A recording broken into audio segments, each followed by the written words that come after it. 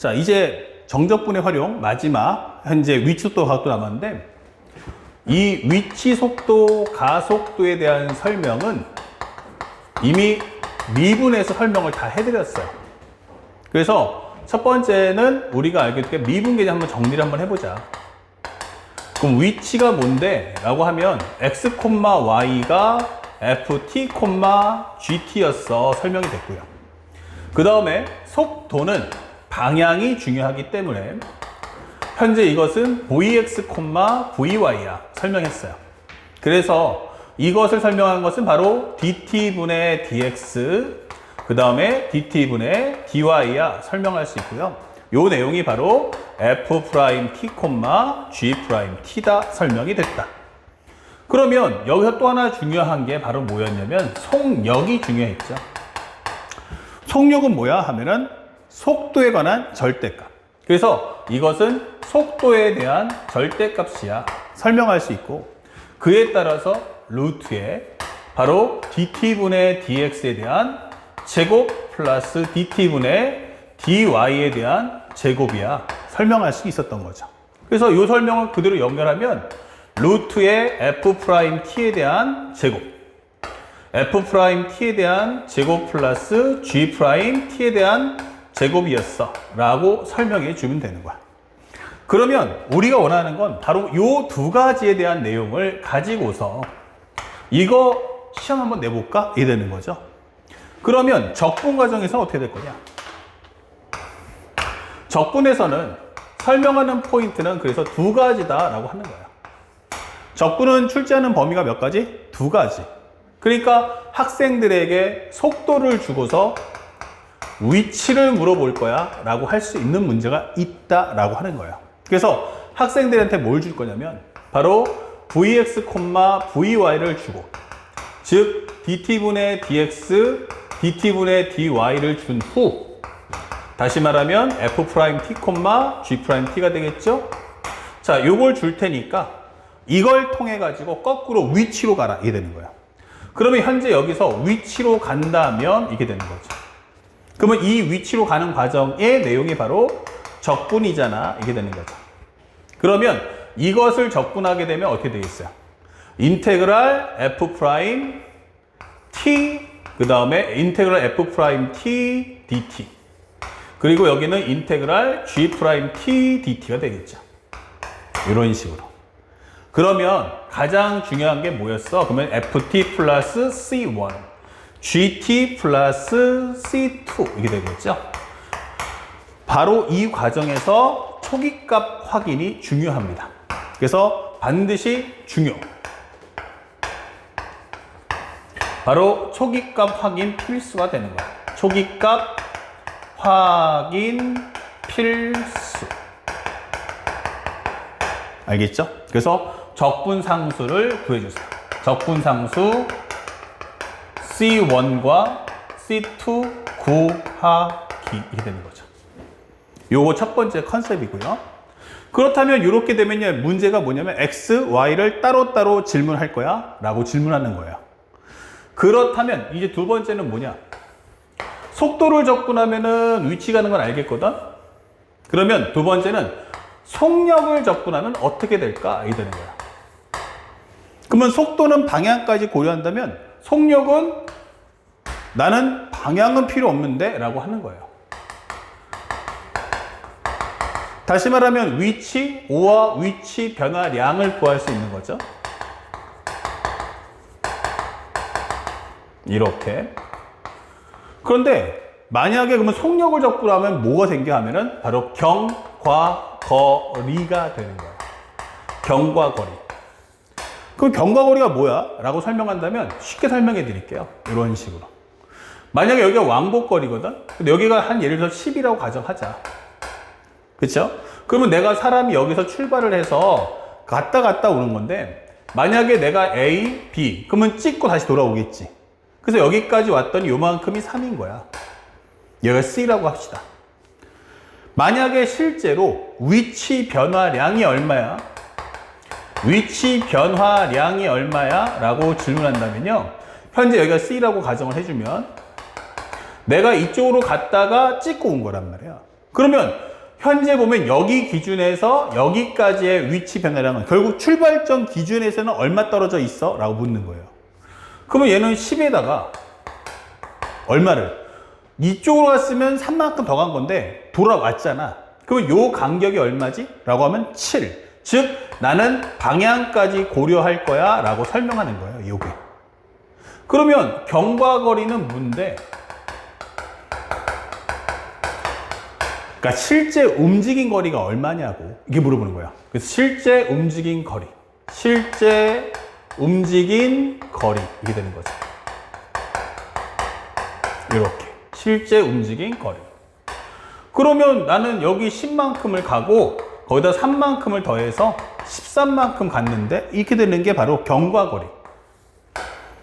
아시겠죠? 그래서 헷갈리시는 분들이 이렇게 용어 정리를 해주시면 좋아요. 그러면 실제 움직인 거리가 뭐야? 라고 하는 거죠. 그래서 내가 만약 X축하고 Y축에서 내가 여기서 출발해서 이런 식으로 갔으면 결국 네가 움직인 거리가 얼마냐? 그 요 길이가 전체가 얼만데? 라고 묻는 과정인 거예요. 자, 요게 또 다른 말로 하면은 응용을 하게 되면 바로 무엇입니까? 라고 하면은 곡선의 실제 움직인 거리가 얼마야? 라고 물어봤죠. 그러면 이것은 바로 곡선의 길이도 같은 개념이구나 이 되는 거야. 곡선의 길이가 같은 개념이구나. 그래서 요 내용을 정리하게 되면 경과거리가 얼마지? 라고 물어보죠. 경과거리란 뭐야? 라고 한다면 인테그랄 t0에서 t1까지 이렇게 되는 거야. t0에서 t1까지의 루트에 바로 dt분의 dx의 제곱 플러스 dt분의 dy의 제곱 dt야 라고 설명하시면 되는 거야. 그쵸? 요게 바로 뭐니까? 속력이니까.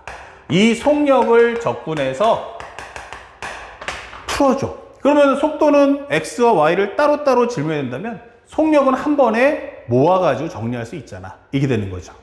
대신에 이렇게 내려면 가장 중요했던 게 뭐지? 이렇게 되는 거예요.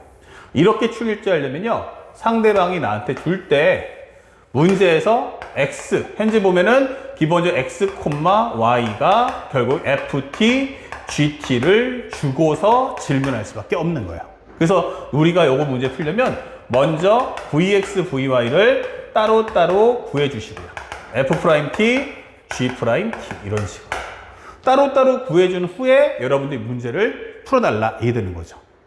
그런데 만약에 실제 여기다 하나 더 추가해 준다면 CF를 잡을 때 그러면 곡선의 길이가 나오면 어떻게 합니까? 라고 질문할 수 있어요. 그러면 상대방이 줄 때는요, 잘 봐두실게. 기본적인 경과거리 물어볼 때는 함수를 이렇게 출제합니다. x, y는 ft, gt. 근데 이 곡선의 길이를 줄 때는요, 바로 y fx를 줄 거다라는 걸 잊지 마셔야 돼요. 현재 요거하고 요거를 꼭 비교해 주세요. 그러면 xy 좌표를 주면은 이것은 경과거리. 함수를 주면 뭐다? 이것은 곡선의 길이라는 개념으로 질문할 거예요. 그래서 요식을 정리해 주면 뭐가 나오는데? 라고 질문할 텐데 이때는 인테그랄 a에서 b까지 루트의 1 플러스 f 프라임 x에 대한 제곱 dx야 라고 설명해 줄 수 있다. 이게 결론이에요. 그럼 학생들 입장에서는 이게 도대체 무슨 말이야? 이게 왜 어디서 뚝 떨어진 식이야? 이게 되는 거예요. 이거는 뭐 속력을 적분하면 경과거리 알겠는데 얘가 어떻게 만들어졌어? 맞아요. 선생님이 지금부터 그 설명을 해드릴 거예요. 자, 한번 따라와 볼까요? 이렇게 살짝 정리해 준다면요. 현재 우리가 알고 있는 개념은 x, y가 ft, gt. 여기서 설명할 수 있는 것은 바로 인테그랄 t0에서 t1까지의 dt분의 dx의 제곱 플러스 dt분의 dy의 제곱 그 다음에 dt야 라고 설명할 수 있단 말이야. 그쵸?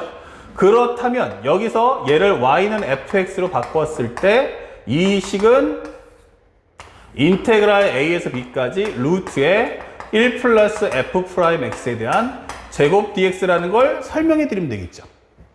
자, 그렇다면 여기서 어떻게 이 식과 이 식이 같은 거냐라고 질문할 수 있는데, 선생님은 이 식에서요, 바로 이 부분을 봐주세요.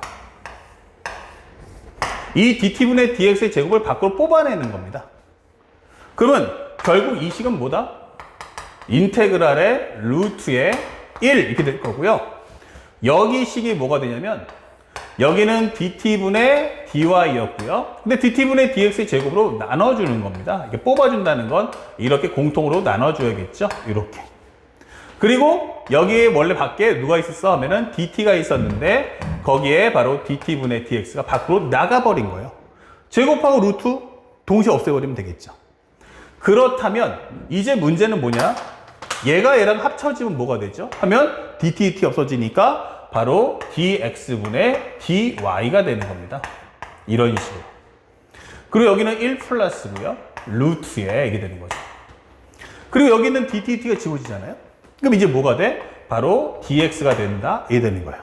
그래서 현재 우리가 알고 있는 이 t0와 t1에 해당했던 범위가 t0, t1이 이때는 t에 관한 범위였잖아요.